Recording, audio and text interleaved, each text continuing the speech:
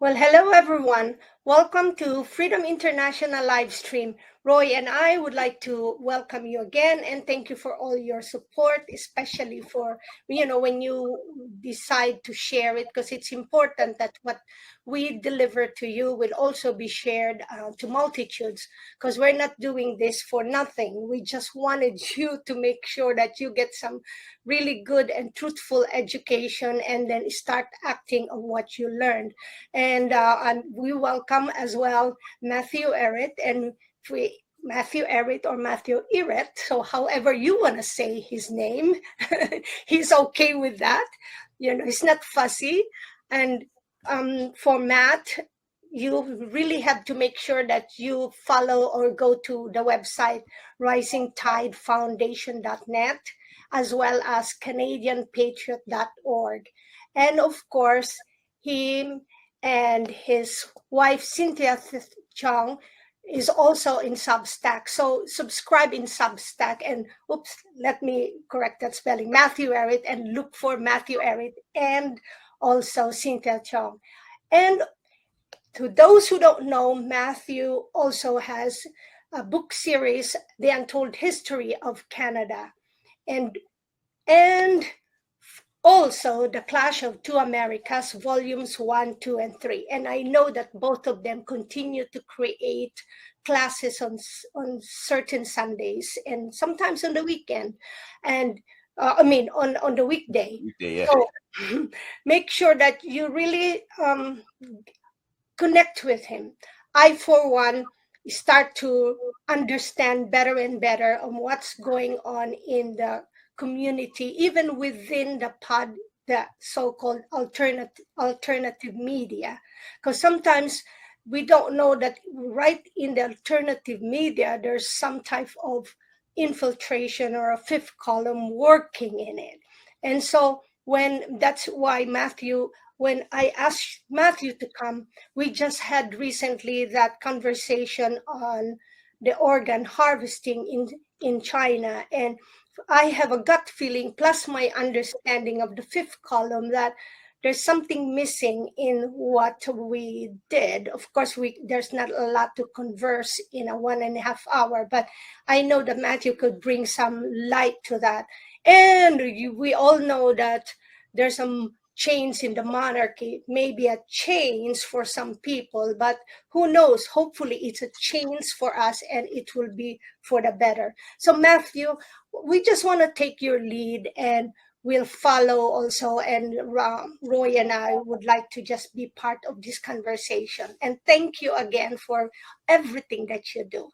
Hey, thank you guys for inviting me and for setting up this platform. I think it's a really healthy process. And frankly, yeah, I originally had in my mind my presentation was going to be wired to address specifically the question of Falun Gong, organ harvesting, what's going on, because there's a lot of this, especially in the alternative media channels that are vectored towards mostly people on the conservative end of the spectrum, who really don't like the Great Reset. So they're very receptive to this, and the people are afraid. They're very much looking for a cause and name to give to the cause of their problems, their fears, the Great Reset, and what have you.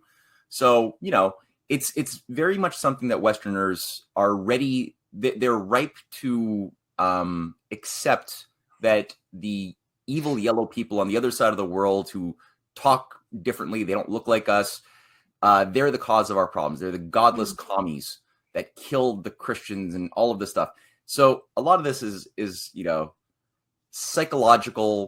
deep psychological material that has been embedded really during the Cold War, during the 1950s, 60s, the age of McCarthyism, the age of, it was an insane era. It was a real insane period. And it's being sort of reactivated right now in the current crisis. When things were stable, you could sort of ignore it, but it's not like it wasn't there during, the 1991 collapse of the Soviet Union, the ushering in of the unipolar era under, Kissinger, George Bush Sr., Biden was giving speeches on how I came to love the New World Order in 1992. And so there's a certain sense that, okay, maybe for once we don't have nuclear terror finally to go to sleep to at night, and we can rest. And there's a certain amount of abundance. There's a certain amount of stability and affluence still within the system. So people could rest easily. They could just enjoy the experience of living a little bit if you were in the first world part of the collective West. You know, you were in a consumer society, a services market. There wasn't an obvious sense that there was a fire in the building that you were living in. That was not there yet. It doesn't mean that there wasn't a fire. It just means that the sense that there wasn't a fire wasn't there.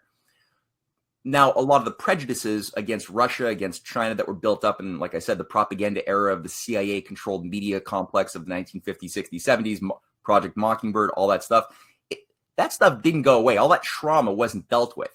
So now what we have is those who are on the left are being, especially since Trump got into office, their deep psychology, their deep trauma is being invoked in the sense of the fear of Russia, the evil Russian villains, and that's catering more to the democratic-leaning, left-leaning part of the population. On the right side, it's more the big bad China commies that are being catered to. And there's a lot of various forms that the narratives take to cater and to frame material to the different groups, the target audiences. Overall, the thing that I want to get at today, which touches, and I'm not going to talk just about that today as I was going to, I want to talk about a few other things instead, because so much happened over the past 2 weeks that I think add contour and shape to this discussion. Number one is the death of Queen Elizabeth and the rise of King Charles III. That's an interesting thing that just happened, and a lot of people are still a little bit confused about what this is. The other thing is a speech that Sergei Glaziev, a leading grand strategist, an advisor to Vladimir Putin, one of the key figures behind a newly emerging financial architecture around the Eurasian Economic Union, which was set up by Russia some years back. And it's a collective group of about 6 nations, Russia being the lead, that has tied itself and its destiny with the Belt and Road Initiative of China in 2015. The Eurasian Economic Union and China's what's called otherwise the New Silk Road signed a cooperative integration agreement in 2015 and several since that has increasingly tied them in. And Glaziev has been in charge or charged with the assignment of establishing, formalizing a new financial architecture. Pepe Escobar recently did an interview with Glaziev going through what this new financial architecture is increasingly going to look like, founded as it is upon certain principles of banking, which utilize state-controlled, nationalized banks instead of private central banks run by sociopaths who are part of a death cult in London and Wall Street. Very different approach. And the idea of credit emissions isn't tied to speculation or unpayable debt sources as it is in the West. So when you look at the behavior of the economic processes underway in Eurasia, how is it that they're able to build the sorts of mega projects that we have not been able to do in the West for 60, 70 years? We lost that capability a long time. Way before I was born, we lost that capability. They can do it. They can build things, and I'm going to go through some slides. I'm going to show some pictures to make this visceral. They can do things that, I mean, it's incredible. We're talking about $4 trillion so far of direct investments into the Belt and Road Initiative. This is like 20 Marshall Plans that rebuilt Europe after World War II. And it's tied to a certain idea, which is very much in opposition to the degrowth Malthusian agenda, which wants to get or corral the target populations into a smaller and smaller cage of diminishing returns. And we talked about this in previous broadcasts with your group. You know, the idea is empires always work by getting their victims to destroy themselves. We don't willfully just vote, okay,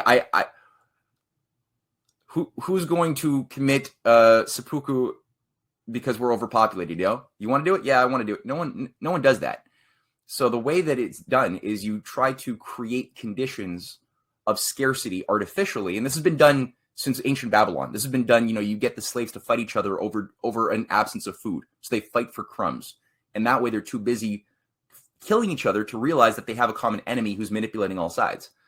This is how geopolitics was arranged throughout the Persian wars against Greece. It was arranged throughout the Roman period, the Roman Empire period. It was arranged all throughout the medieval period, throughout the religious wars between, Protestants and Catholics and different feudal, princely dukes and what have you, and prince electors of Germany, who were all fighting each other for little scraps and getting their feudal serfs to basically be the cannon fodder in these insane wars, all being funded by the same bankers, the same Venetian financiers. We're happy to fund Catholic and Protestant alike to kill each other.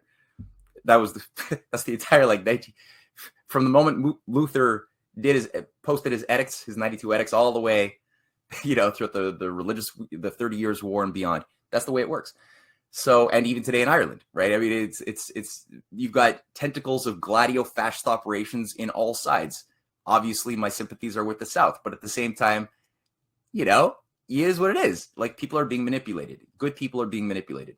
And this is, as you pointed out, Grace, in the alternative media community, there's no shortage of psyops, narrative creations by intelligence agencies, storytellers that are able to create coherent narratives to capture free thinkers who think outside the box. And they think that they jumped out of one mainstream box, and then they fall into a net, which is a contrived net. And they think that they figured it all out because now they've got an alternative explanation that explains everything, but it was all shaped by the same agencies that were creating the mainstream narrative.